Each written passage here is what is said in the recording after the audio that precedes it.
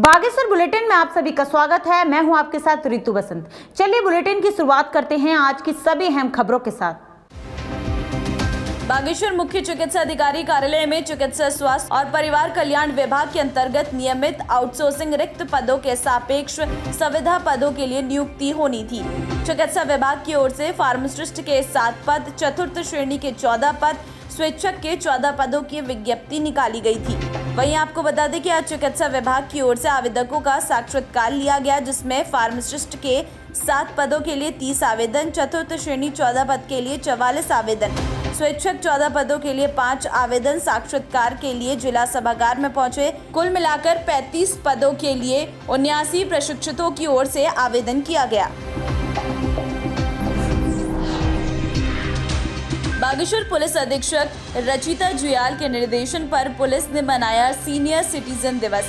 Corona संक्रमण को ध्यान में रखते हुए वरिष्ठ नागरिकों से टेलीफोन के माध्यम से उनकी कुशलता और समस्याओं को पूछने के साथ ही पुलिस ने गांव घरों में जाकर बुजुर्गों का हालचाल जाना। आपको बता दें, जिले भर में पुलिस ने 717 वरिष्ठ नागरिकों से वार्ता कर स्वास्थ्य से संबंधित हालचाल पूछा, साथ ही उन्हें कोरोना वायरस से बचने के लिए सरकार द्वारा दी गई गाइडलाइन के बारे में भी बताया। वहीं जिले के थाना प्रभारियों के नेतृत्व में पुलिस ने थाना क्षेत्रों में सीनियर सिटीजन से मुलाकात कर उनकी समस्याएं सुनी और जल्द ही समस्याओं के निस्तारण के लिए आश्वासन दिया। वहीं वरिष्ठ नागरिकों को ये भी बताया गया कि वे अपनी समस्याएं पुलिस तक पहुँचाने के लिए नजदीकी पुलिस थाने या पुलिस हेल्पलाइन नंबर 112 पर सूचना दे सकते हैं। बागेश्वर नगर पालिका अधिशासी अधिकारी राजदीप जायसी ने बताया कि नगर पालिका की ओर से दीनदयाल अंत्योदय योजना राष्ट्रीय शहरी आजीविका मिशन के तहत स्वरोजगार के लिए 44 आवेदकों के ऋण स्वीकृत किया गया है। स्वरोजगार के लिए 54 लोगों ने आवेदन किया था, जिसमें से 3 लोगों के आवेदन निरस्त कर दिए गए और 7 लोग अनुपस्थित रहे। अन्य 44 लोगों को साक्षात्कार के बाद 59,05,000 रुपए का ऋण स्वीकृत किया गया। साथ ही योजना का लक्ष्य शहरी गरीब परिवारों को स्वरोजगार के अवसर उपलब्ध कराकर सक्षम बनाना है। वहीं उन्होंने बताया कि नगर पालिका की ओर से डोर टू डोर कूड़ा एकत्र करने के लिए एक योजना बनाई गई थी, जिसमें नगर पालिका वर्तमान में 44 महिलाओं को रोजगार दे रही है। स्वरोजगार के संबंध में नगर पालिका द्वारा शासन के निर्देशानुसार जो काम किया जा रहा है, उस पर हमारा दीनदयाल अंत्योदय योजना के तहत राष्ट्रीय शहरी आजीविका मिशन करके हमारा चलता है। उसके अंतर्गत हमने अभी कल भी हमारी इस पर टास्क फोर्स की बैठक हुई थी। तो एक समिति बनी हुई है शासन से, जिसमें जीएम है, हमारे उद्योग के, और एलडीएम है, बैंक वाले, नगर पालिका हो गई, बैंक के मैनेजर लोग होते हैं। तो हम आवेदन लेते हैं जो बेरोजगार लोग हैं, जो कुछ करना चाहते हैं, उनको 2 लाख रुपए तक का रोजगार को लोन देने का प्रावधान है। तो उसी के टास्क फोर्स की कल बैठक हमारी हुई थी और 54 आवेदन हमें उसमें कुल प्राप्त हुए। उस 54 आवेदन में से हमने अभी तक जो कल टास्क फोर्स ने जो स्वीकृति की है, वो 44 लोगों के आवेदन स्वीकृत किए और लगभग 59,05,000 रुपये का लोन टास्क फोर्स द्वारा स्वीकृत भी करा गया है। इसमें कई तरह के लोग हैं जो रोजगार, कुछ लोग सिलाई का काम करना चाह रहे हैं, कोई कोचिंग का काम करना चाह रहे हैं, या कोई जनरल स्टोर की दुकान करना चाह रहे हैं। तो इस तरह के लोगों को ये लोन उपलब्ध कराया जाता है। इसमें 7% ब्याज उनको देना पड़ता है जो लाभार्थी में, शेष ब्याज जो है वो गवर्नमेंट देती है नगर पालिका के माध्यम से। तो इस तरह से हम कोशिश कर रहे हैं। उसे हमारे पास जो टारगेट है इस पर 55 लोगों का है, लेकिन हम कोशिश ये करते हैं कि जो शासन के निर्देश हैं उसके तहत ज़्यादा से ज़्यादा लोगों को उसको फायदा मिल सके, जो बेरोजगार लोगों को रोजगार मिल सके। उस पर कल हमारी कार्रवाई हुई और कल हमने अब तक कितना काम कर लिया। नहीं, उसमें कुछ निर्धारित नहीं। स्वरोजगार के लिए तो उसकी मर्जी है, जो करना चाहता है, जो उसके लिए सुविधा हो, जो उसके लिए अपने संसाधन उपलब्ध हों, जो उसके एक्सपर्टीज अगर उसको तो और बढ़िया होता। हम लोग पूछते भी हैं कि भाई इस क्षेत्र में आपने कभी कुछ करा है, तो जो उसको सुविधा लगता है कोई भी व्यवसाय कर सकता है। कोई फाउंडेशन नहीं है, कोई एक लिमिट निर्धारित नहीं कि यही काम उसको करना। देखिए, ये योजना चूँकि अभी खत्म नहीं हुई है, लगातार चल रही है और अभी भी हम आवेदन लोगों से अभी भी ले रहे हैं। तो ये पूरे वित्तीय वर्ष के लिए योजना हमारी है। तो ये वित्तीय वर्ष का चूँकि अभी 2021 से 31 मार्च 2021 तक के चलेगी योजना। तो उस बीच में जितने भी आवेदन आएंगे हम सबके अभी ये व्यवस्था करेंगे।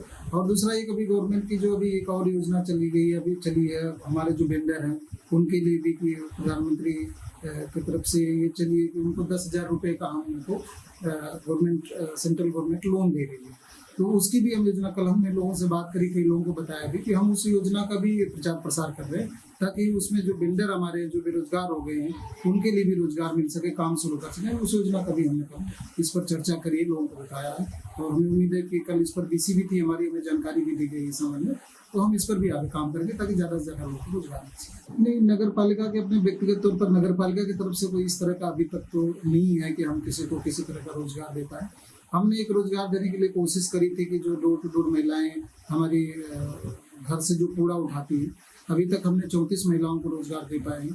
तो यही हमारी योजना है कि जहाँ हमें जरूरत पड़ती है तो हम ये कोशिश करते हैं कि यहाँ के लोकल लोग जो गरीब हैं, विधवा हैं, बेरोजगार हैं, उनको कुछ हम कर पाए। तो उसी के तहत हमने प्रयास करा था और 34 लोगों को अभी तक हमने रोजगार उसमें दे पाए हैं, जो घर घर से जाके कूड़ा कलेक्शन का काम कर रहे हैं। तो अभी और हम प्रयास करेंगे कि जैसे भी हमारी बजट की उपलब्धता है या जो हमारी आवश्यकता है उसको देखते हुए हम कोशिश करेंगे कि उसमें और से ज़्यादा लोगों को रख पाएँ ताकि लोग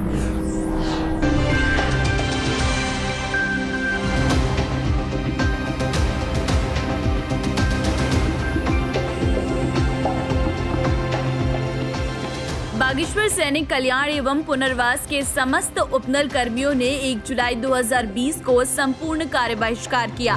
कर्मचारियों का कहना है कि समस्त उपनल कर्मियों को विभागीय संविदा पर रखे जाने और 7वां वेतनमान दिए जाने के संबंध में उनकी ओर से कार्य बहिष्कार किया गया।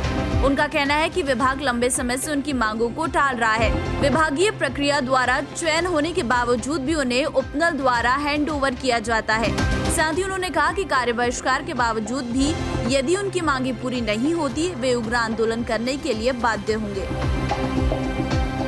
हमारी मांगे हमने कई बार अपने डायरेक्टर साहब को भी बताया, अपने अधिकारी को भी बताया कि हमारी मांगे पूरी हुई, तो पर हमारे कोई बात नहीं सुनी गई और हमको धोखा दिया गया कि तुम्हारा हो रहा करके। सर 12 साल हो चुके हैं कि 16 साल हो चुके हैं, तो हमारे साथ इतना बड़ा धोखा क्यों हो रहा है? और हम पूरी ईमानदारी से यहाँ पर सैनिक कल्याण विभाग में कार्य करते हैं और हमारी मांगे पूरी नहीं होगी तो हम उससे बाद आगे और करेंगे। हम सैनिक कल्याण के समस्त जो संविदा कर्मचारी हैं, अपनी मांगों को लेकर के हम यहाँ पर हैं। हमारी मुख्य मांग है कि जब सारी विभागीय प्रक्रिया के अनुसार जब हमारा चयन किया जाता है विभाग में विभिन्न पदों में, तो चयन प्रक्रिया के पश्चात ये उपनल को हैंडओवर कर दिया जाता है अपना हेडेक दूर करने के लिए विभाग द्वारा।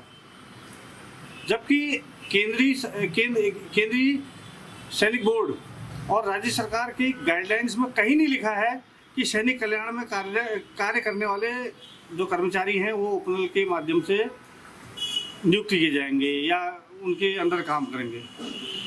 जितने भी जीओ जारी हुए हैं, जितने भी शासनादेश जारी हुए हैं और केंद्रीय सैनिक बोर्ड की जो गाइडलाइंस है उसमें सब में यही है कि राज्य सरकार के कर्मचारियों की भांति इनको सुविधाएं दी जाएंगी और ये विभागीय कर्मचारी होंगे।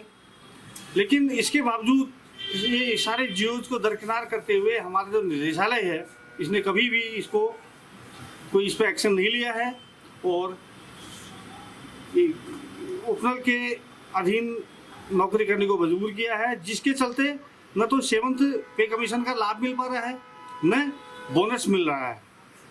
और जो हमारे जो कर्मचारी जो सेवानिवृत्त होते हैं न तो उनको ग्रेच्युटी मिल पाती, इसी कारण से कि उपनल के कर्मचारी हो हैं। अगर विभागीय संविदा के अगर होते तो हर प्रकार का लाभ जैसे कि राज्य सरकार के कर्मचारी को मिलता है वैसे ही लाभ इनको भी मिलता।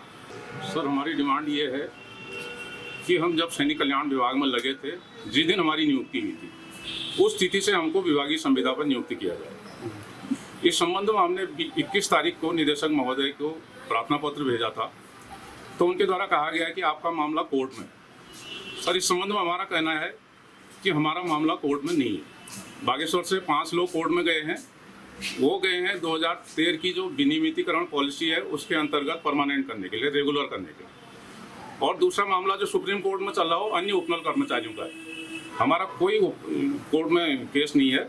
हम तो जो इनने गलत आदेश के खिलाफ जो नियुक्तियां की हैं विभागीय संविदा पर करना था, इनने उपनल से की हैं, इसके खिलाफ हम इस पर आंदोलन पर।